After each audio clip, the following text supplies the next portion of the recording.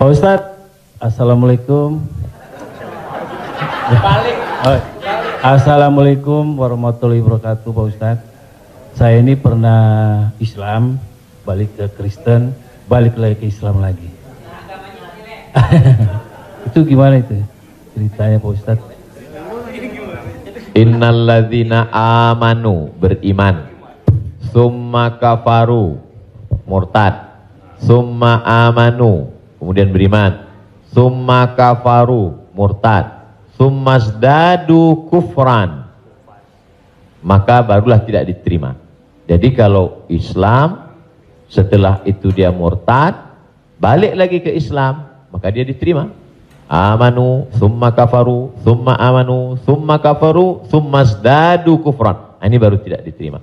Nah, sebab itu mudah-mudahan Bang Tigor istiqomah dalam iman dan Islam.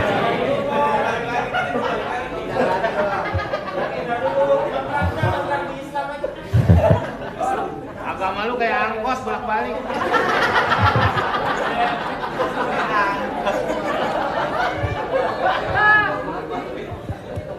Tapi saya sudah tetap sekarang. Amin. Ya Allah. Saya udah umroh Ustadz. Jadi Ya Allah. Jadi balik Bang, ke jalan yang benar. Insya Allah. Jadi Bang Taufik, kajian paski mungkin kerjasama dengan musyawarah supaya terus, atau kalau tidak ingin satu majelis, ustadznya nanti setelah di sana pagi misalnya, sore di paski. Kemudian ngaji ini, kalau sekedar ngaji kita nggak ada tantangan, mesti ada sosialnya. Misalnya ngumpulin beras. Jadi saya sendiri tidak hanya sekedar ngaji, saya khususkan hari Jumat kedua setiap bulan, saya di Pekanbaru, hari Jumat khutbah Jumat, habis itu bagi beras ke masyarakat pelosok yang sulit. Lalu siapa yang menjadi relawannya? Yaitu relawan-relawan baik Subuhan, mantan petato, kemudian hijrah, pemuda hijrah. Karena kalau cuma ngaji, orang tidak ada tantangannya.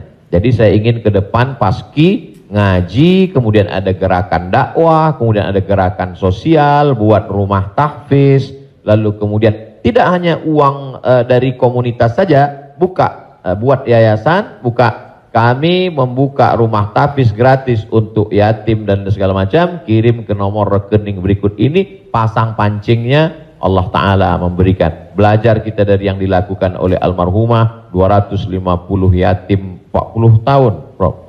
43 tahun bisa tidak putus. Inspirasi.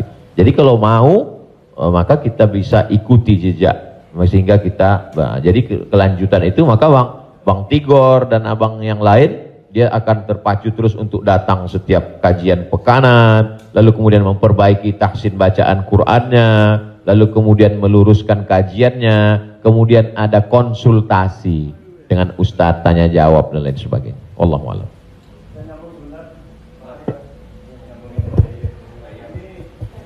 Apakah ada warisan? Karena kalau kita dengar dalam kalau kita melayat, sering orang bilang kalau almarhum atau almarhumah punya utang piutang berhubungan dengan keluarga, sedangkan kita nggak tahu bahwa itu adalah riba, apakah termasuk warisan itu dosanya? Terima kasih. Tidak boleh harta warisan dibagi sebelum dilakukan dua hal. Yang pertama, mim ba'di wasiyatin, keluarkan wasiat. Wasiat hanya sepertiga total harta. Jadi kalau dalam surat wasiatnya, aku wasiatkan ruko ini untuk sekolah tahfiz.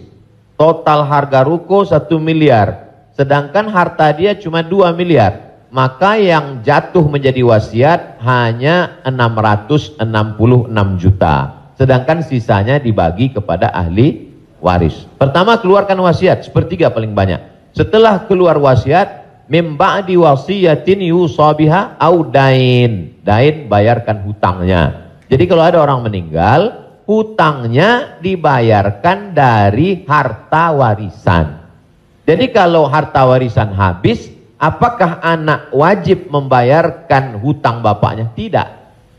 Anak hanya wajib membayarkan hutang almarhum dari harta yang dia tinggalkan. Adapun kalau si anak mau berbakti kepada orang tuanya, dia bayarkan, baik, tapi dia tidak punya kewajiban, dia bayarkan dari harta dirinya sendiri. Jadi makanya kadang kita baca, jangan beli ruko ini bermasalah. Di mana letak masalahnya? Karena ruko itu dibagi sebelum hutang dibayar. Muncul masalah. Sebetulnya ruko itu bukan milik anak-anaknya, tapi milik piutang, milik orang yang dulu pernah dipinjam uangnya. 2 keluarkan, baru bagi harta warisan. Allahu a'lam.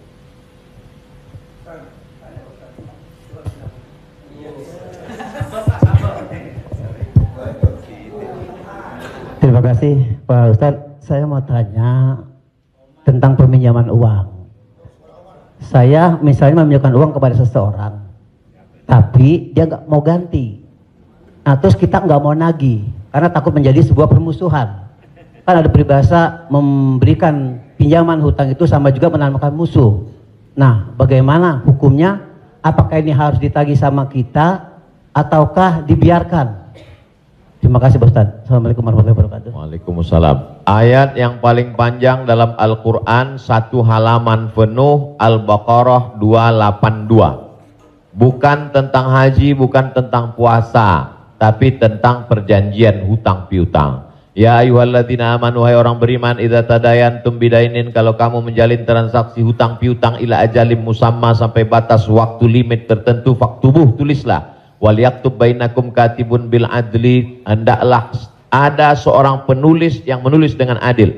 Wastashhidu syahidaini min rijalikum, ada 2 orang saksi. Antadil, kalau tidak ada 2 orang laki-laki, wa maraat, 1 orang perempuan, wa maraatani, 2 orang perempuan. Antadilla ihdahuma fatudzakkira ihdahumal ukhra. Sedetil itu dalam Al-Quran. Jadi kalau saya menagih hutang, sesungguhnya bukan saya sedang mencari musuh, tapi menyelamatkan dia supaya dia dan anak cucunya jangan sampai makan haram. Kalau dia tidak sanggup, ayat yang kedua, fanaziratun ila maisarah, kasih sampai batas waktu dia lapang. Kamu bisa bayar kapan? Insya Allah 1 Mei Pak Ustadz. Tahun berapa? Tahun 2022. Oke, insya Allah Mei 2022 lapang. Tidak juga dia sanggup membayar, lebih banyak minyak kita nagih daripada uang yang mau ditagih. Masuk ayat ketiga, wa antasaddaqu khairul lakum, kamu sedekahkan lebih baik. Aku sudah capek, asam uratku naik, asam lambungku kumat, kau ambil aja lah ini. Wa antasaddaqu khairul lakum, kau sedekahkan lebih baik. Yang menghafal ayat ini yang memberi pinjaman, bukan yang minjam. Sekarang yang menghafal ayat ini yang minjam. Ketika kita tagih, kapan kau bayar? Dibilangnya, wa antasaddaqu khairul lakum, kalau kau sedekahkan lebih baik. Allahu akbar.